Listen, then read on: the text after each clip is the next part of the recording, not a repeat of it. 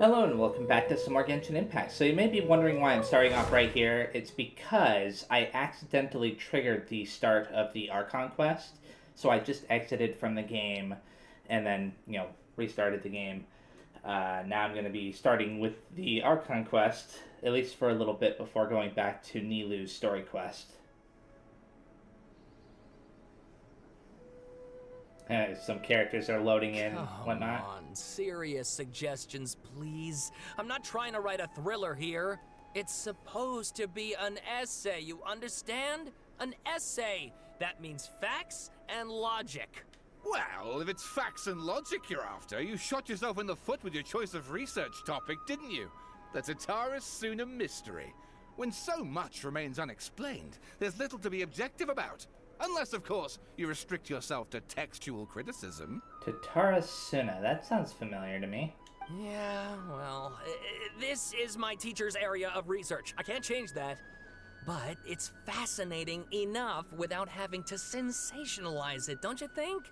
The strange location, the missing details, a mysterious person. I want to write my essay on something interesting, and I'm interested in getting to the bottom of all this. That's the only reason I came to you. Yes, you came to me, so all the more reason to take my advice. The fact is, it's the dramatization that will make people want to read it. There's no getting around that. Okay, but... Did one of them just mention Tatara Suna? But that's all the way in Inazuma! Yeah, I wasn't sure where I heard about it from, but... Is it just Paimon, or is it kinda unusual for someone in Sumeru to want to write a paper about that? Everyone here's just going about their business. Maybe it really is just Paimon. Guess people here are free to research pretty much anything.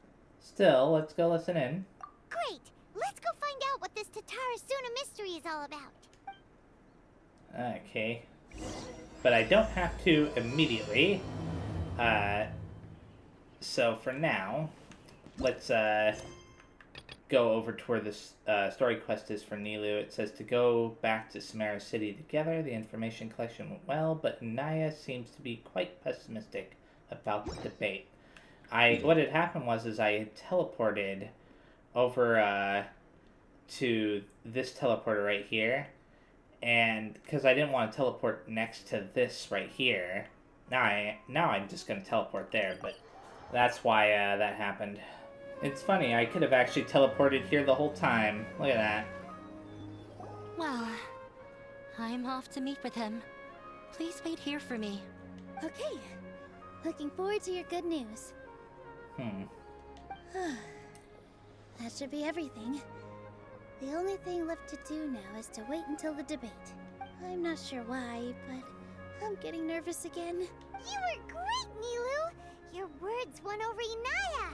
Talk like that during the debate, and you'll get an easy win! Thanks for that, Paimon.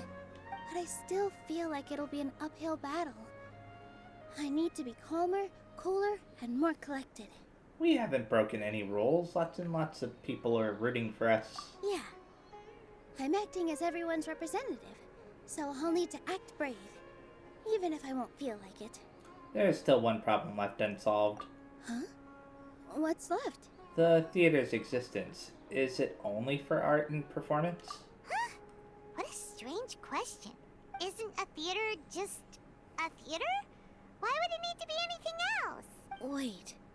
You're not asking what the theater does, but what it is. Let me think. How can I put this? Oh boy.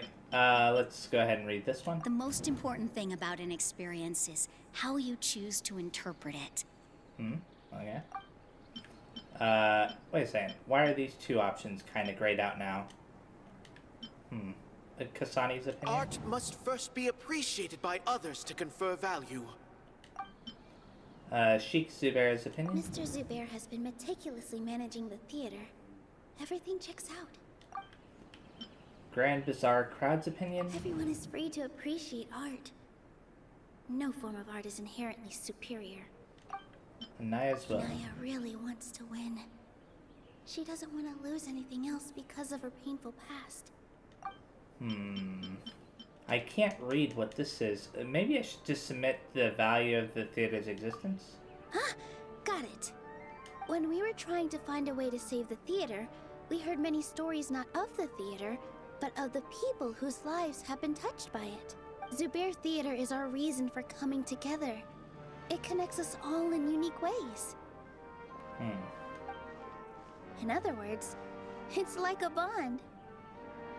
A bond? The theater provides money for Miss Raykar and her children, inspiration for Mr. Kasani, and enjoyment for the people of the Great Bazaar. It also gives Inaya shelter from her family. It has brought us together after taking care of every single one of us, and its story won't end here. In the future, many more people will come to the theater and receive its blessing, and we'll all be there for them.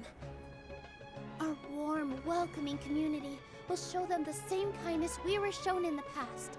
Aside from the delivery of performances, isn't this another reason for Zubair Theater's continued existence? Yeah, that makes sense. We definitely felt that warmth during the preparations for the event. But Paimon doesn't see how this will help in the debate. Naya said that her father doesn't care for interpersonal relationships. This may be his weak point. Oh, gotcha! No matter how strong an opponent is, they'll have to go on the defensive if pressed on a weak point. Unless he just refuses to acknowledge it. I feel like that's another prong in our attack. Thank you so much. Paimon also feels a lot more relieved. Let's show him what we got! Sorry for the wait. I'm back. Things went a lot more smoothly than I expected. It didn't take long for him to accept the debate. It is set for 2 days from now. Oh, do I have to fast forward time? Why are you all smiling so much? Did something good happen? We realized that your dad might not be as scary as we had thought. We just finished our prep. Rest easy. It will all turn out well. We have to win. No, we will win, Inaya. Fingers crossed. I have a feeling we're going to be using that mechanic that, has multiple choice or whatever. Well, I don't even know if you'd call that multiple choice. Let's talk to them very fast. Naya and... Everything is ready. The only thing left is to wait until the day after tomorrow. I hope I'll actually be able to get some sleep over the next 2 nights. So now let's fast forward time. In the blink of an eye, it's already debate time! Well, we did a lot of preparations with Nilou. Hopefully they were helpful. Yeah, I hope so too. So we have to go all the way down there and enter the Grand Bazaar. Hello and welcome, everyone. I am Safwan, a scholar from the Academia, and I will serve as this debate's adjudicator. I swear to judge both parties with the utmost wisdom and impartiality. I will neither interfere with the proceedings nor demonstrate bias. I ask for both parties to stand. May the Dendro Archon also serve as a witness to this duel of wits. Since you so desperately demand an explanation, I will expound on the Academia's stance. You may have misunderstood us from the outset and believe that the Academia is prejudiced against you. However, the truth is that the Academia wishes for every resident of Sumeru to be afforded opportunities to grow and cultivate their wisdom. Therefore, the works they consume should also possess enlightening qualities and intellectual value. We have failed to identify these qualities in the shows performed at Zubair Theater. In other words, instead of struggling against the Academia in pointless confrontations, if you had spent your time reflecting on improving the quality of your shows and enlightening your audience, Zubair Theater would not be today facing such a tragic fate. Aggressive from the get-go. He's really putting on the pressure. Can Nilou stand her ground? I think so. Calm down, Nilou. First, carefully analyze what he said. We're gonna get those little thought cloud things, aren't we? He said that we were shut down not because the Academia looks down on the arts, but rather because our shows aren't up to their standards. However... Okay then. Let's look at Kasani's opinion. Art must first be appreciated by others to confer value. Maybe. Grand Everyone Bazaar. is free to appreciate art. No form of art is inherently superior.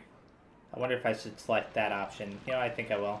In your eyes, our shows can't meet the Academia's expectations. Shouldn't it be the audience who decides if a show is intellectual or enlightening?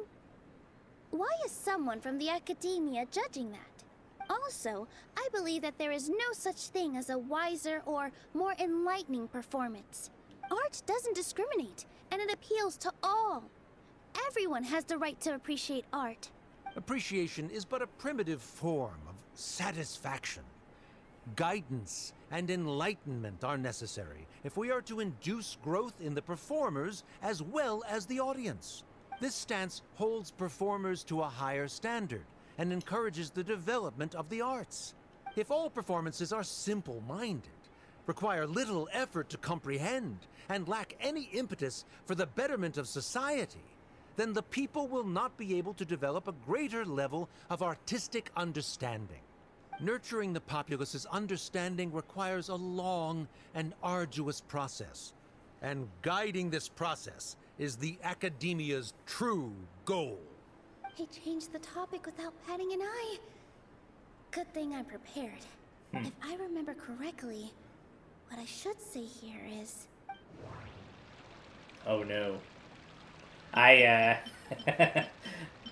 Art must first be appreciated by others to confer value. I might go with Kasani's opinion, if it lets me.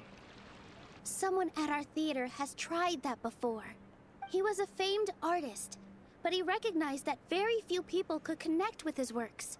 I agree that art should be enlightening, but we can't pursue that goal by creating complicated works.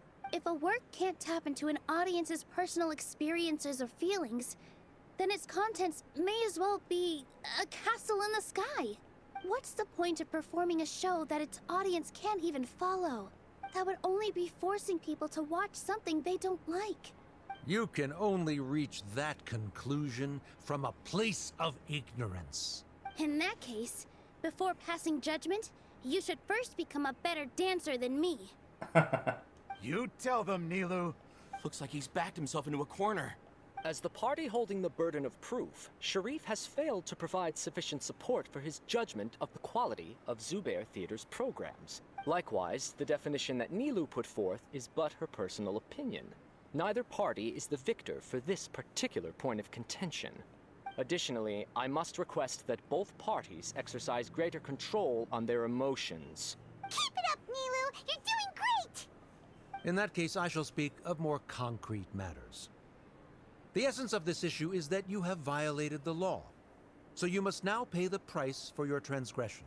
This course of action is also completely procedurally sound. We have already contacted Zubair Theater multiple times regarding the theater's repertoire. However, you have consciously ignored our warnings, or perhaps your compliance was purely superficial.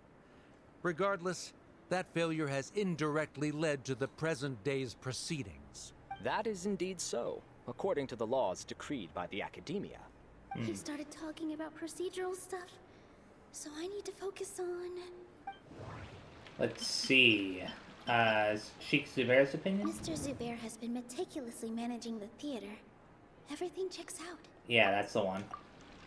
Mr. Zubair has already provided signed copies of all documentation related to our operations. Everything is perfectly filled out and valid. Although the theater's performances don't align with the Academia's requests, the law doesn't say that Zubair Theater can be demolished only because of that reason. Demolition notices need to be provided in writing and made available to the public. Otherwise, the theater can continue to operate as long as its license is valid.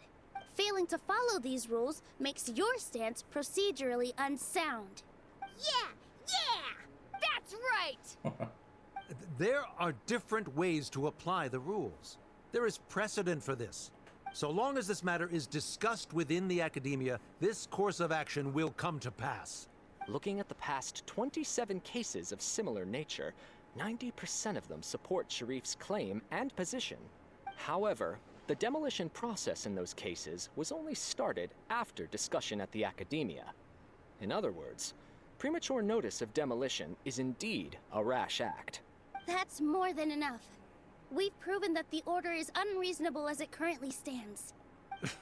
Cease your futile resistance. Nilou's definitely definitely won this point, right? She still can't let her guard down. He'll bite back. You're right. Stay focused, Nilou. Even if permission for demolition has yet to be obtained, it is a fact that your performances violated the Academia's policies on numerous occasions.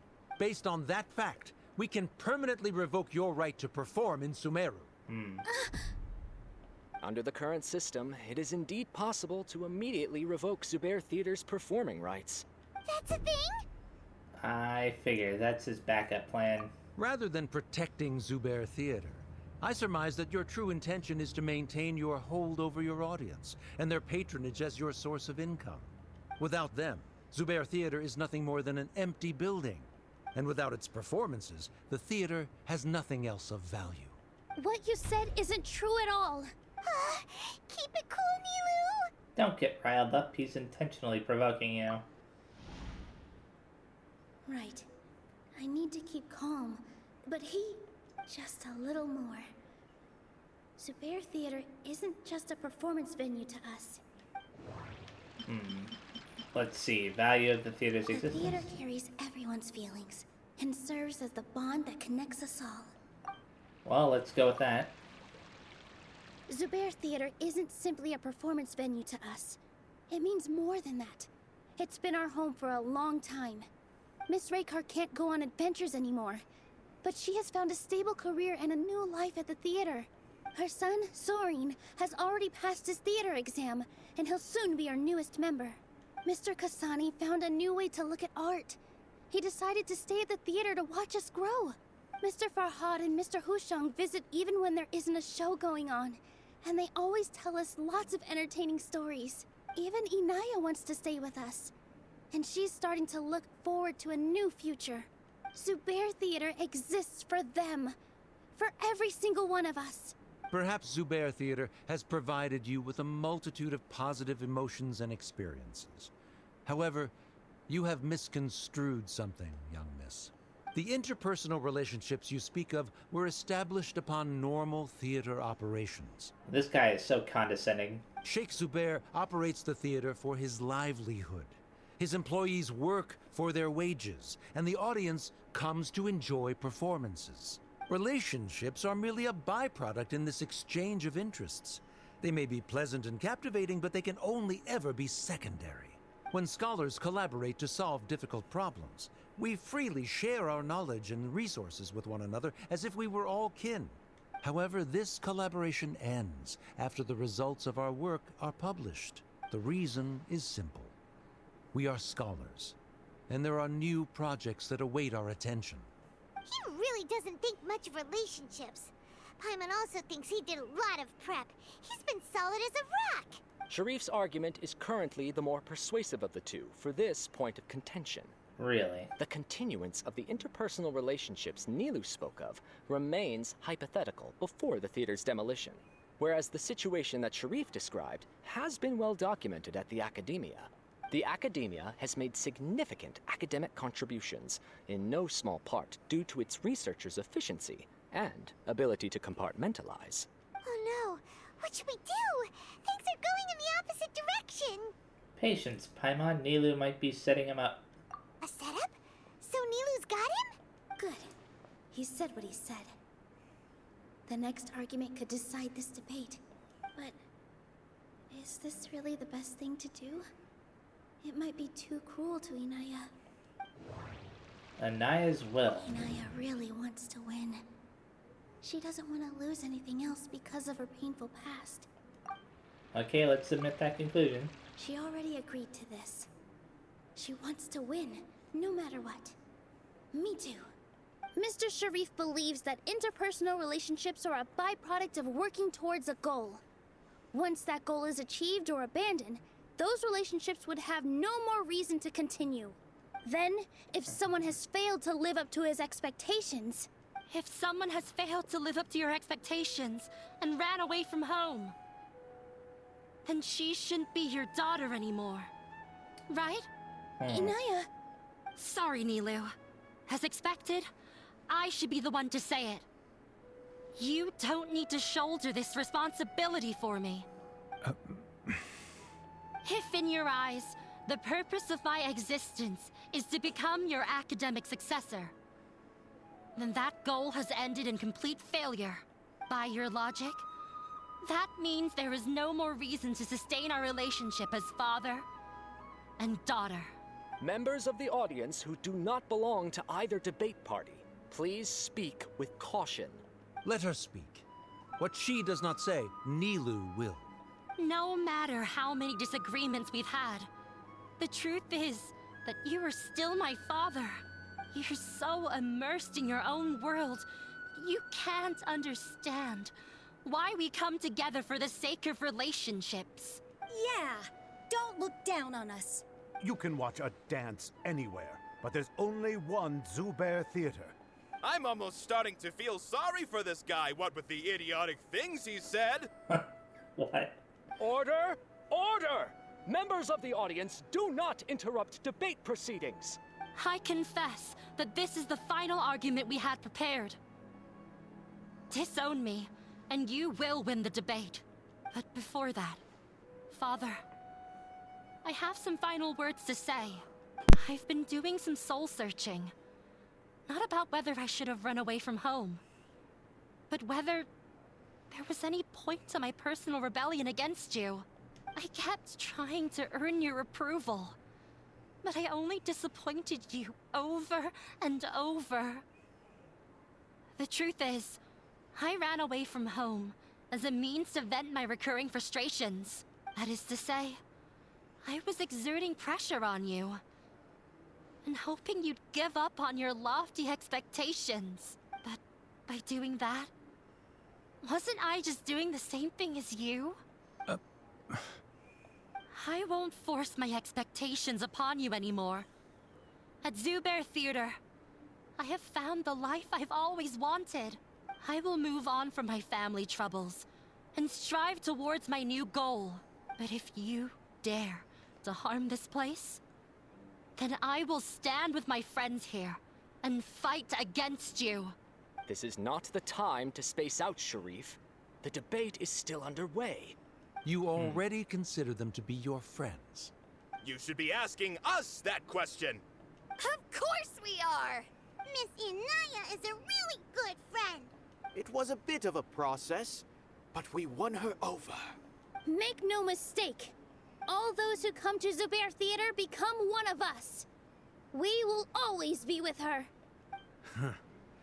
Such puerile simplicity. However... Oh? Has he been convinced? It is surprisingly a relief. Wait, what are you... never mind.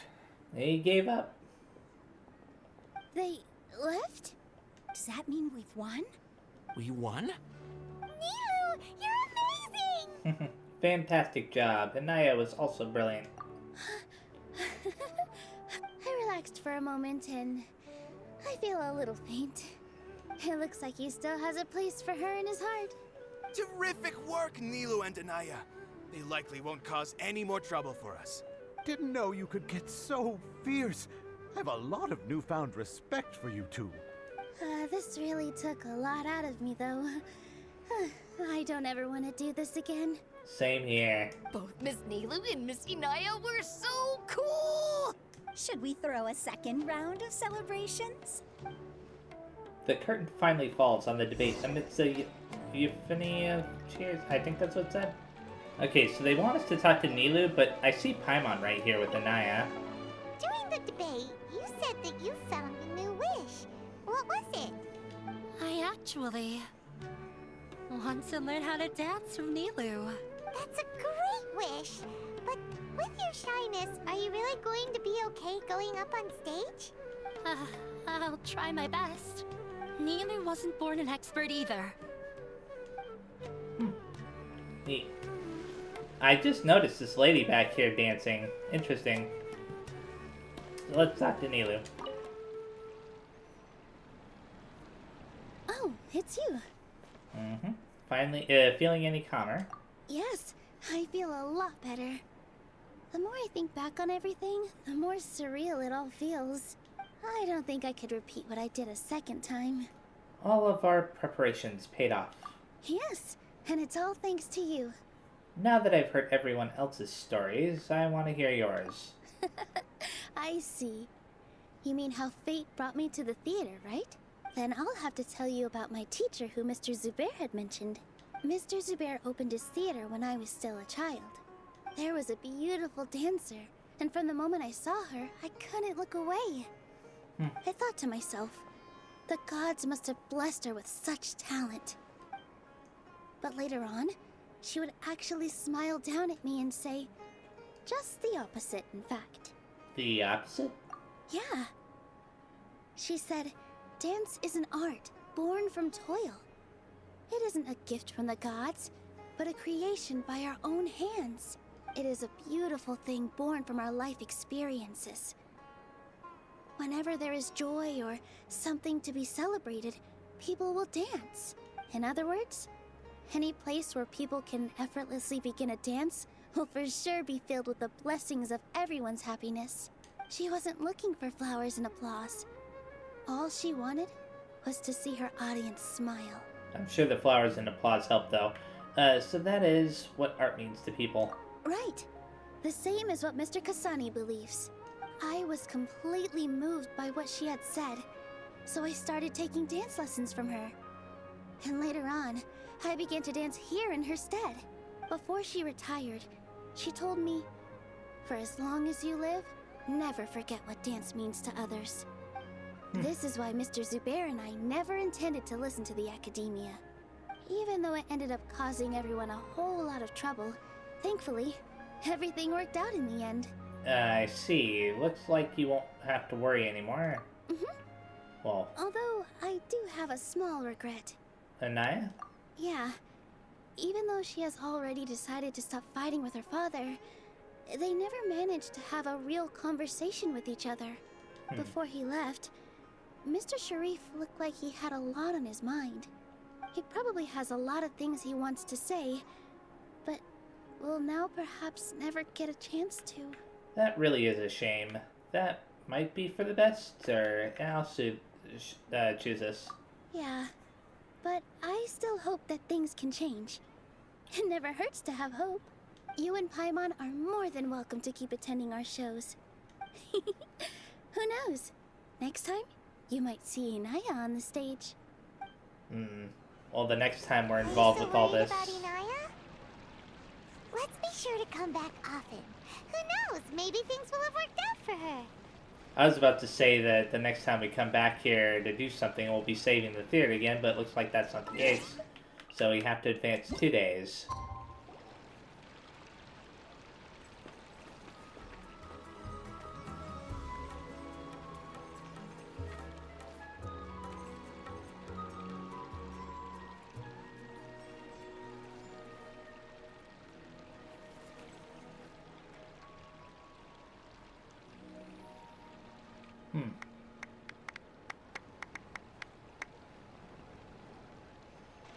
Everyone, I'd like to introduce you to our newest member, Inaya.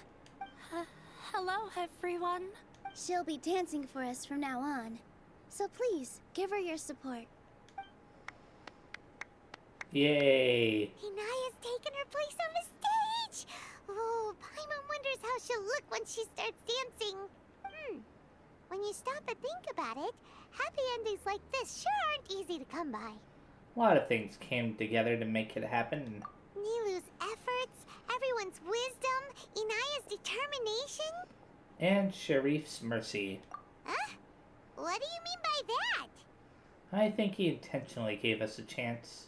He didn't have to agree to the debate. You do have a point there.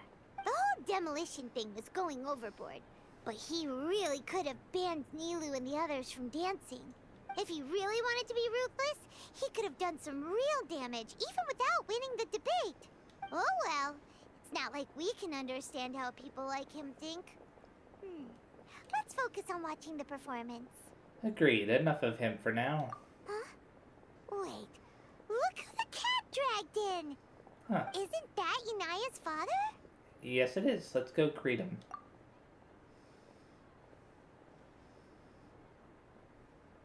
Oh, it's you two. I don't have much to do today, so I just came to look around this place. Are you looking for Inaya? No, I am simply here to watch a performance. There is no need to trouble her.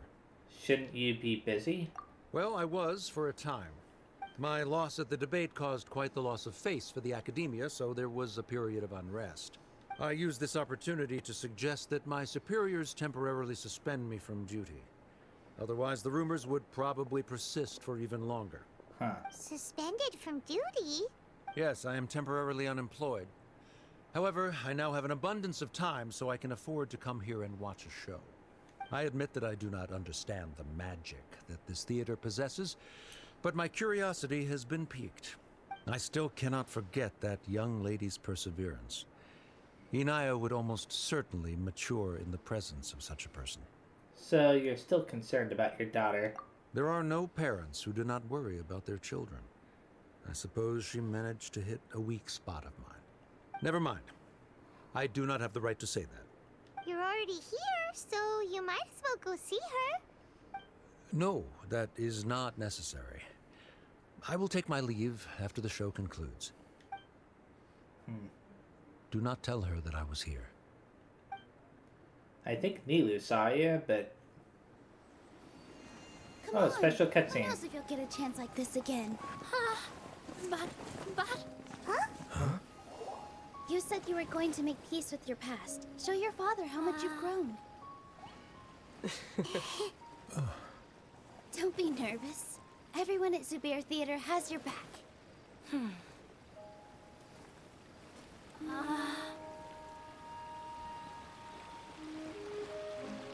Hey, let's go somewhere else. We should give them some space. You sure they'll be okay? I don't know, but I think we should have faith in them.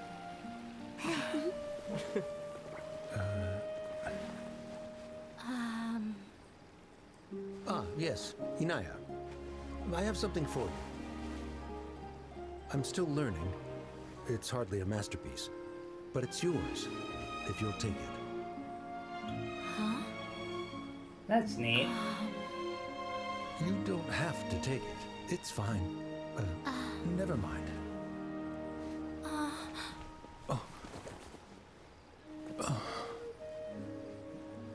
Let's have a heart-to-heart, Father.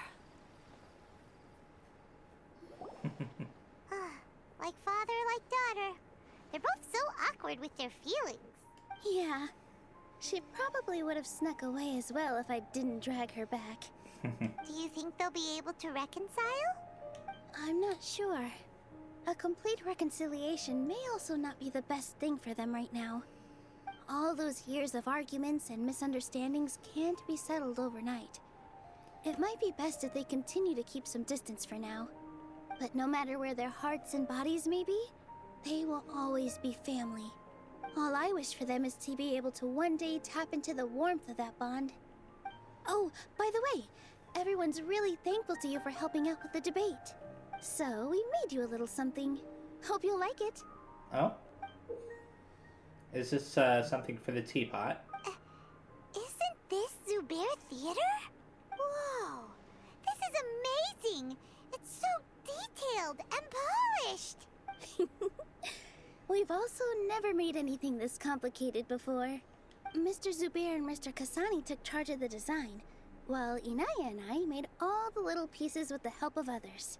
Miss Reikar and Miss Natya made and assembled the centerpiece. As adventurers, you two will doubtlessly travel to many more lands and see many more things.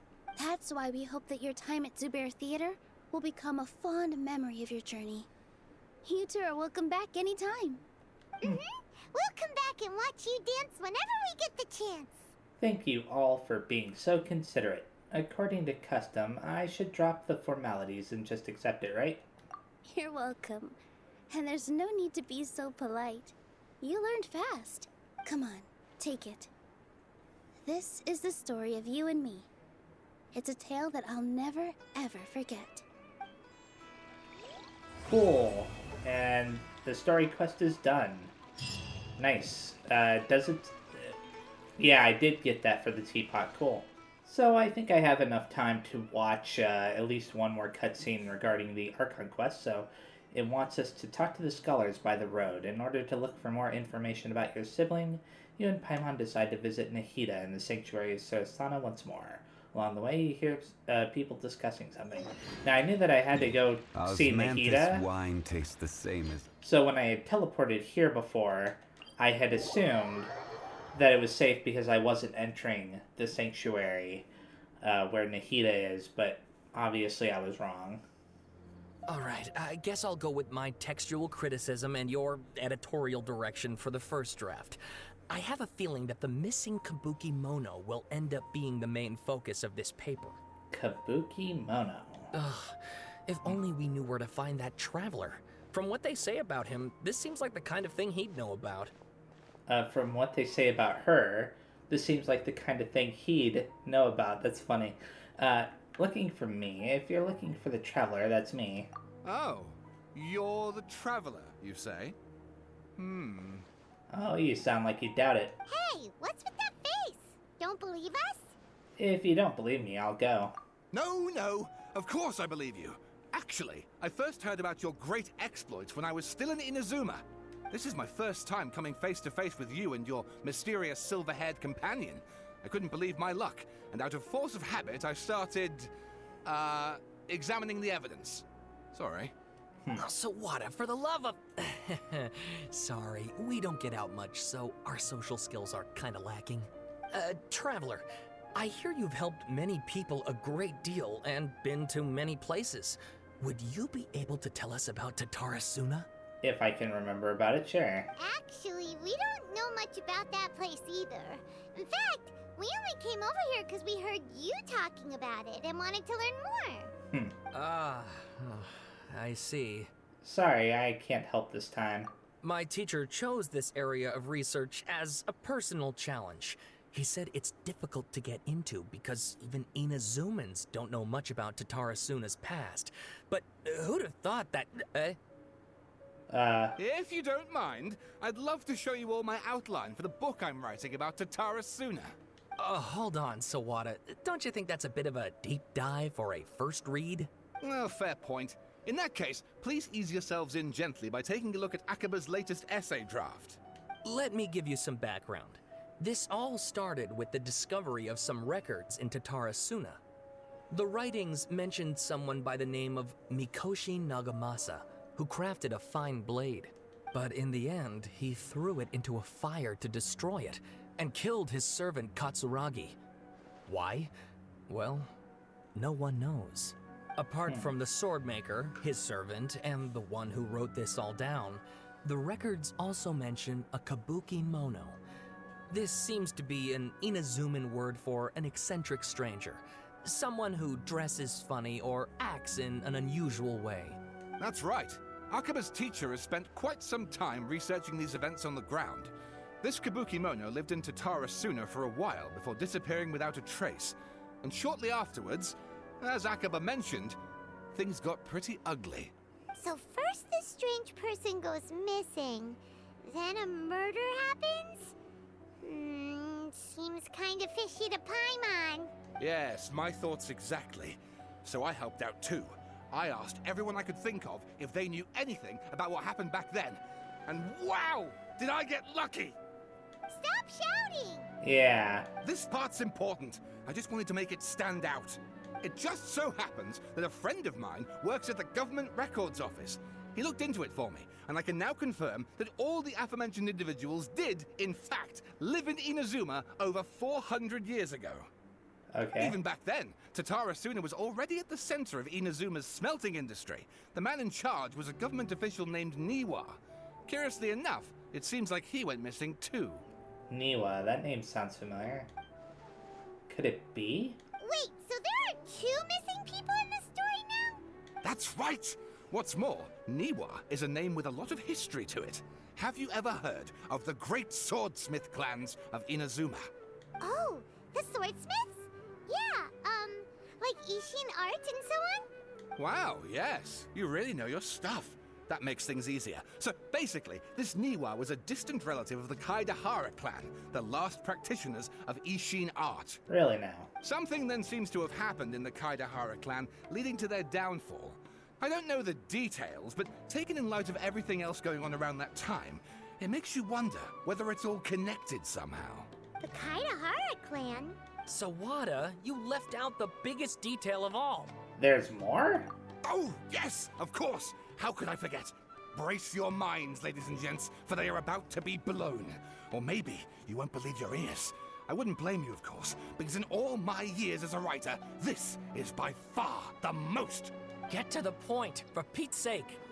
According to information acquired by Akaba's teacher, the Kabuki Mono was not a human, but a puppet. I think I know who they're talking about. A puppet? The Shogun puppet that the Electro Archon made should be ruling Inazuma with her as we speak. It couldn't be her.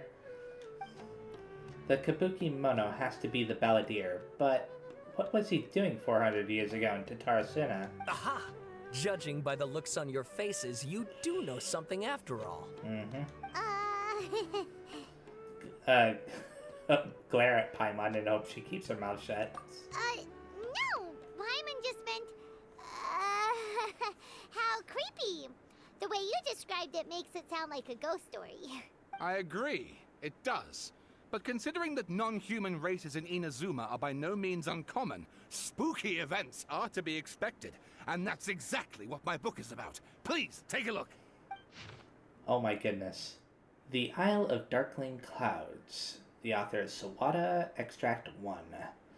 A man arrived in Tatarasuna around 3 in the afternoon. From afar, he spied laborers walking along the mountain roads towards the factories, their shoes scuffling along the jutting stones.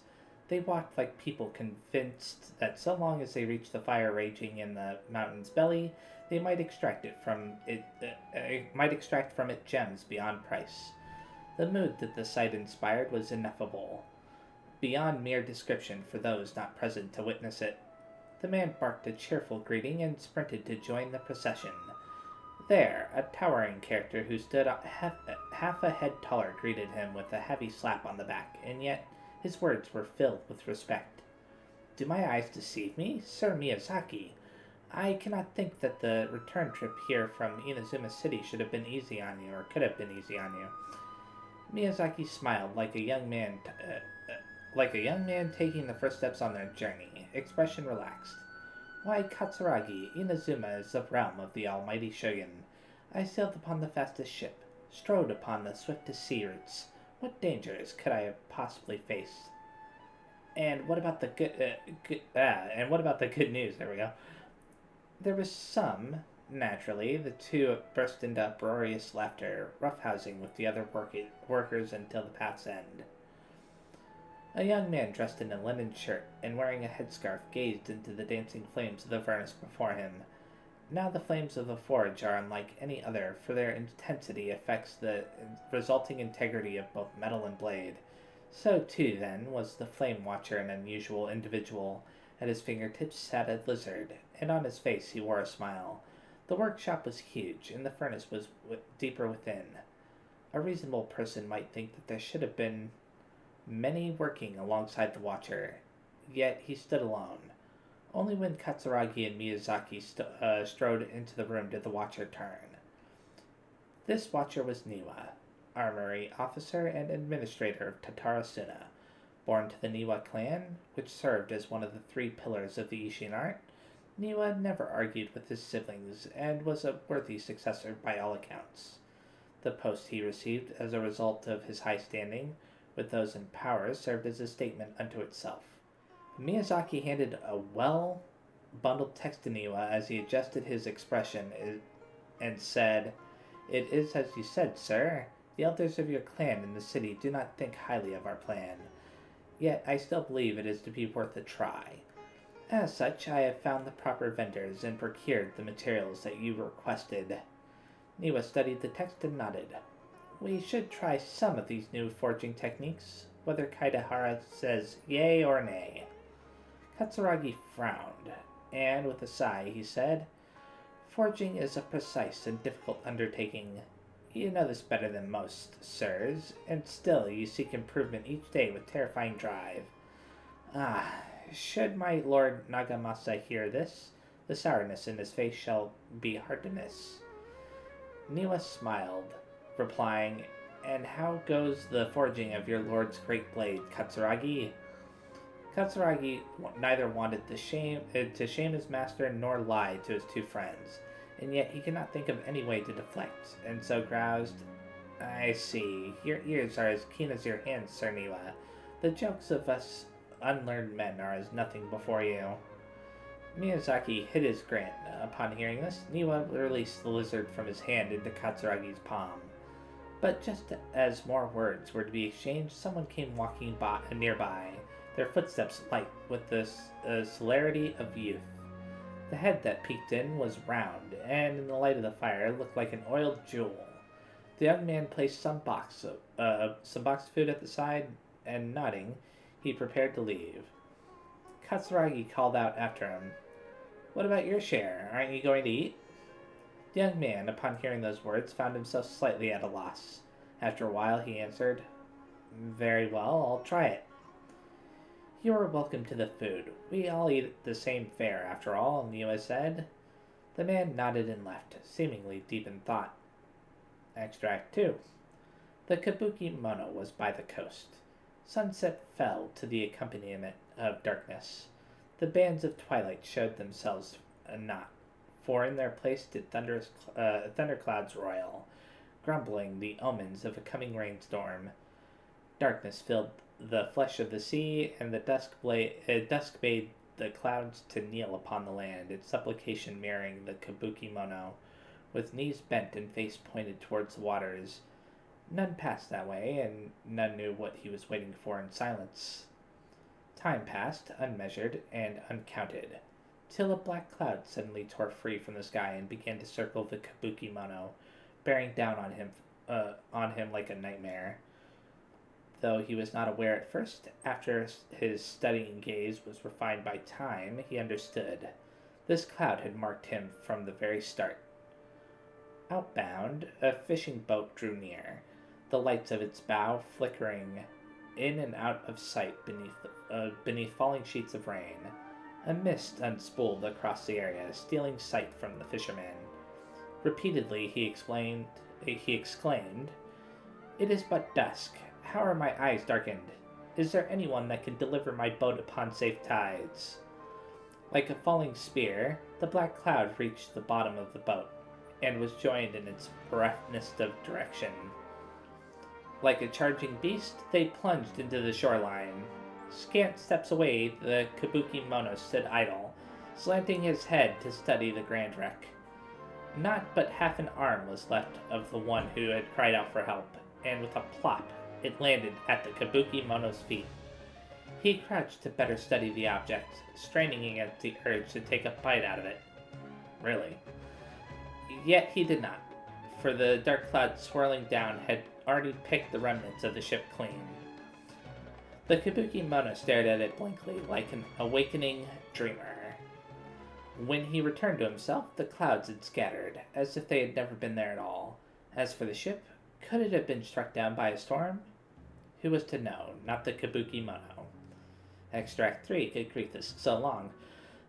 Katsuragi rushed to the doorway and shouted, "My lord! Things go ill at the furnace. I have searched for Sir Niwa, but there is no trace of him, and much time has passed since Sir Miyazaki has left to seek aid, but he has yet to send us any missive. Look." Mikoshi Nagamasa turned slowly, his face grave as one attending a funeral. He spoke then, his words heavy-laden. "I wish not to say such words, Katsuragi, but Sir Miyazaki may never return."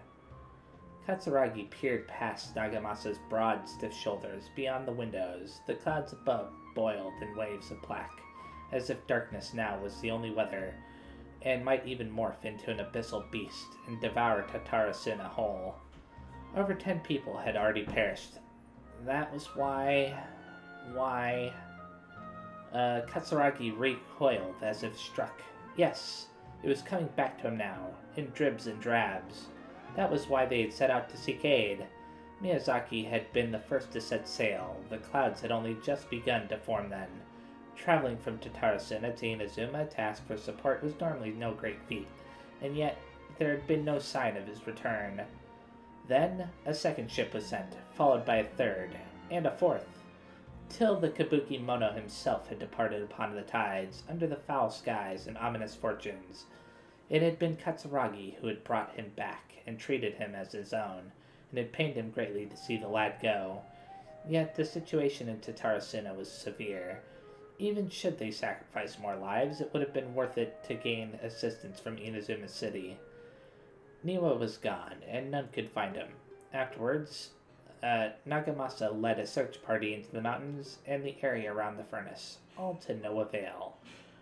Folk began to wonder if Niwa might have encountered an accident, but worry soon turned to suspicion, and they wondered if he had fled, unwilling to bear the sin of having caused these incidents. The people grew ever more suspicious, and Nagamasa himself strained against his discontent and fury. His face had grown to resemble the rumbling clouds above. Suddenly, a figure flashed by. Their presence did not go unnoticed by Nagamasa. He drew his blade and cut, though he only nicked the silken veil the intruder wore. For a moment they swayed, and then, like a marionette pulled by strings, they moved behind Nagamasa, laughing darkly.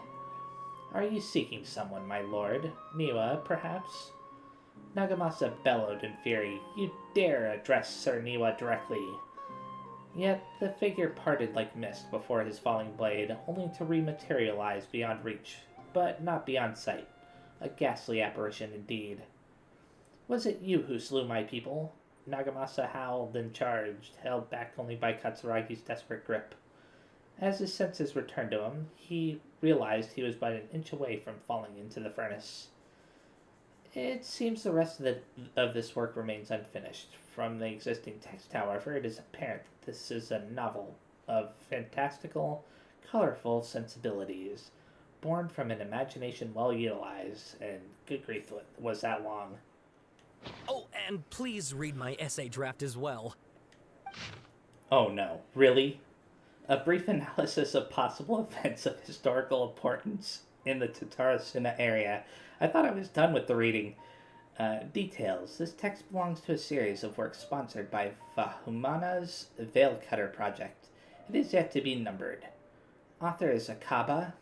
Abstract. The Tatarasuna area has always been a major pillar of Inazuma's smithing industry. 2 incidents have occurred here, and the details behind the first are vague at best. I believe, however, that there might be a hidden history behind the events that have transpired. Hence, this paper will attempt to analyze what may have unfolded from the available data. Glossary. Tatarasuna area. Raiden Gokuden, Mikoshi Nagamasa, Kabuki Mono. Introduction. This paper continues and expands the work of my mentor, Mr. Rumi, in his report on the haply hidden tales of Tatarasuna, and is intended to further this avenue of research. According to the data, the blade forging techniques of Inazuma were originally handed down from the Electro Archon, also known as the Raiden Shogun. Using the arts that they inherited from their Archon, the people of Inazuma devoted themselves to the process of forging. However, strange rumors that do not quite fit the steely nature of metalwork yet linger about Tatarasuna, which was a central pillar of the forging industry. There, the Mikoshi and Niwa clans, along with the eccentric puppet, serve as the 3 windows of insight we need to investigate the truth behind what happened. Body. Strange notes from Tatarasuna area. Their contents are as follows. 1. Perhaps I overstep, but I think that Sir Nagamasa's mood grows better when he forges blades. The obsession to cleanse the stain of the name Mikoshi must eat at him. Also, Sir Katsuragi discovered a nameless eccentric while patrolling around Nazuchi Beach. 2. The inspector bought a certain number of jade steel ingots. Sir Katsuragi discussed matters of smithing deep into the night with the vice armory officer. 3. We at last made a single nagamaki. We call it the Daitatara Nagamasa.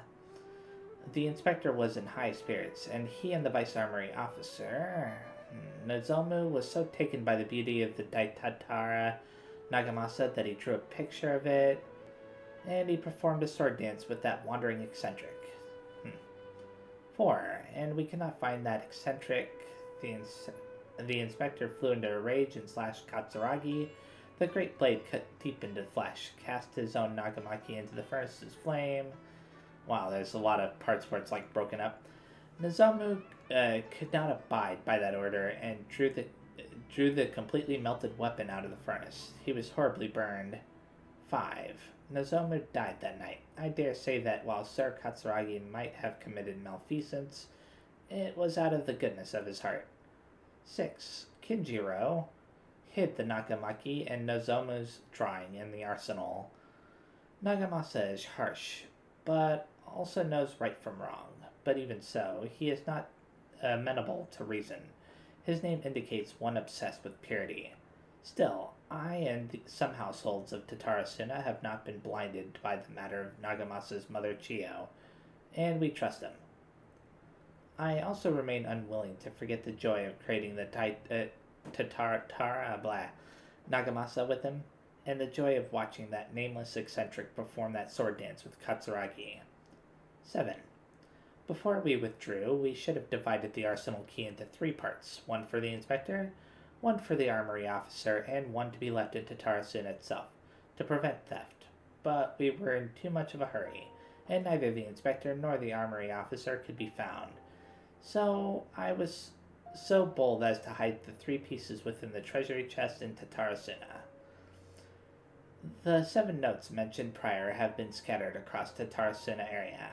Among the 7 notes, 6 seem to be of good physical integrity, though they all look quite old, while the last one looks more recent.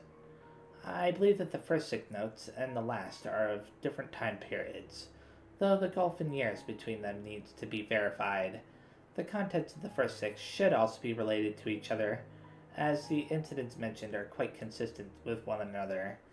Rumi also mentioned in Happily Hidden Tales of Tatarasuna, hereafter known as Hidden Tales, that in the past, researchers from Sumeru had investigated the cultural histories of Tatarasuna and Inazuma. Though the place has fallen into some degree of disrepair since the Hidden Tales were written, things have improved since the time when I wrote my original article. Regardless, what used to be an area of major industry remains a place most inhospitable, and residents of Tatarasuna may be found living and dwelling by the waters. The residents, when questioned, told the researchers of Tatarasuna's golden age centuries ago, when it was administered by Army Officer Niwa, Vice Armory Officer Miyazaki, and Inspector Mikoshi Nagamasa. Yet the elders among the locals with deeper ties to the region also seemed to stress the fact that there were strange rumors surrounding their homeland's past. A great many of these rumors revolved around the yokai, who are so very characteristic of Inazuma's folk histories. A small portion, however, repeatedly mentioned the word puppet. It should be known that puppets are neither traditional nor common yokai in Inazuma. This fact drew the attention of the researchers to delve further, and eventually the following pieces of information came to light.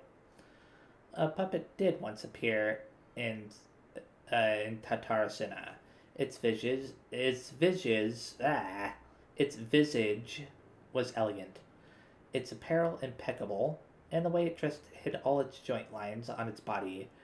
If no one were to mention that it was indeed a puppet, it would be hard to tell at all. Additionally, this puppet seemed to possess special joint lines that would fade with time, potentially even disappearing altogether, which would perhaps eventually make the puppet seem entirely human. The name of the puppet was known to almost none. Some folk claimed to have spotted it appearing around Tatarasuna, while others mentioned encountering it in the central regions of the area. Some even claimed that it would frequent the beach. Tales spread of it standing beside the sea and gazing across the water towards Inazuma City. What it was that the puppet was gazing at remains a mystery. Well, we know what it was gazing at. As mentioned earlier, the 6 notes have all documented a certain nameless eccentric. The eccentric, which also can be read as kabuki mono, is usually used in Inazuma to refer to a figure who dresses or behaves in a peculiar manner. It is understandable, therefore, why this character would have left such an impression. Should the people of Tatarasuna indeed have had a puppet in their midst incurring mass panic, a good possibility considering the coexistence between yokai and humans in Inazuma at large, then the puppet would have very likely become a local resident. What is less well known is if the Kabuki Mono was just another title for this puppet, perhaps because it was uniquely dressed to distract attention from its more special characteristics. A workable theory, but one that still lacks enough evidence to support it. Still, it can be retained as an analytical lens of sorts. A list of individuals related to Tatarasuna has been compiled here based on historical documents from Inazuma. Starting from the administrators, the records are as follows. Armory Officer Niwa. Full name, Niwa Hisahide. He was the inheritor of the Ishin art and successor to the Niwa clan. His family, along with the Akame and Kaidehara clans, were together known as the Ishin Sansaku. Records show that the Niwa was a modest and intelligent individual who displayed remarkable talent in the administration of territory and people. His eventual whereabouts are unknown, but he was suspected to have left Tatarasuna with his family following the incident. Vice Armory Officer Miyazaki. Full name is Miyazaki Kaneo. He was Niwa's second in command. His origins are unknown, and he primarily assisted Niwa in forging and personal management. He was of affable temperament and had many friends in the region, including one Mikoshi Nagamasa. Inspector Mikoshi Nagamasa, the successor of the Mikoshi clan, adopted son to Oni warrior Mikoshi Chiyo, and the younger adopted brother to Mikoshi Michihiro, also known as the Iwakura successor, whatever. With his mother missing and abandoned by his brother, Nagamasa alone bore the family name, striving to wipe the shame from their history. Though records state that Mikoshi Nagamasa was a stubborn figure, he was also noted to be a person of moral virtue and integrity. It has been noted in various records that he practiced forging swords for self-cultivation, and specially requested special instruction from Miyazaki to further his capabilities. However, after the famous blade, the Dai Tatara Nagamasa, was forged, he used it to slay his subordinate, Katsuragi, for reasons unknown at present. Subordinate, Katsuragi. Katsuragi's full name and background remain unknown. Despite all the materials I have sorted through, I have yet to find any more additional personal information regarding him. As one of Mikoshi Nagamasa's subordinates, he was a loyal warrior who had been saved by Nagamasa in his youth. From then on, he swore to stick by his lord through thick and thin, and to give his life in service if it was but asked of him. Kabuki Mono. Full name unknown. Background unknown. From the many sources I have compiled, combined with Rumi's personal observations, this character might have been the puppet mentioned in the rumors. The Kabuki Mono was a figure of fashionable grace and gentleness. According to the hidden tales, he was brought back to Tatarasuna by Katsuragi, and became a member of the community. When the Kabuki Mono first arrived in Tatarasuna, he knew nothing of cleaning, cooking, or any work of meticulous nature. The locals taught him their skills over time, showing him how to clean his attire, dance, craft small trinkets. Records state that the Kabuki Mono was there when the Dai Tatara Nagamasa was forged, though his trail ends before Mikoshi Nagamasa slew Katsuragi. I believe that the Kabuki Mono was indeed the aforementioned puppet, and that he quite likely had a hand in Katsuragi's death. It seems that the rest of this paper remains unfinished. One thing is for sure, though, a lot of thought was put into it. Good grief, it was so long. Sawada was encouraging me to follow his more creative approach, but I think essays should be grounded in facts. I don't think explaining everything away with mysterious forces will cut it. Oh, How about if I plug the holes in Sawana's narrative with political intrigue? Like, I could put a turf war between rival factions at the center of the whole series of events. Wait, you're allowed to just make stuff up? Pretty sure you've gone from essay to guessay there. Yeah, sounds more like a novel. Has this guy ever written an essay before? Akaba, look. Your teacher has researched this extensively. I've reached out to everyone I could think of. Whatever information we have now is all that there is to know. This is as much detail as you're ever going to get. Besides, if there really was a political power struggle going on at anything like the level you seem to be suggesting, what hope would we ever have of finding out the truth? Good point. Okay, back to the drawing board, I guess. Give me some time. I need to find a new angle on this. I'll leave you to it. We have some other stuff to do, so we'll have to say goodbye for now. Good luck with your essay! All right, thank you. If you find out any more info about all this, please do let me know. Thanks so much. Wow. That cutscene ended up being way longer because of all the reading. Well, it's still not done yet. That thing they were talking about, it has to do with the balladeer, doesn't it? Yes. Okay, then, even if we did know something about it, we probably couldn't share it with them, huh? After all, we kicked his butt and got him locked up. Information about people like that is usually super confidential, isn't it? If you ask Paimon, Akaba should just pick a different topic. There must be as many essay topics as there are trees in the forest. There's no point in...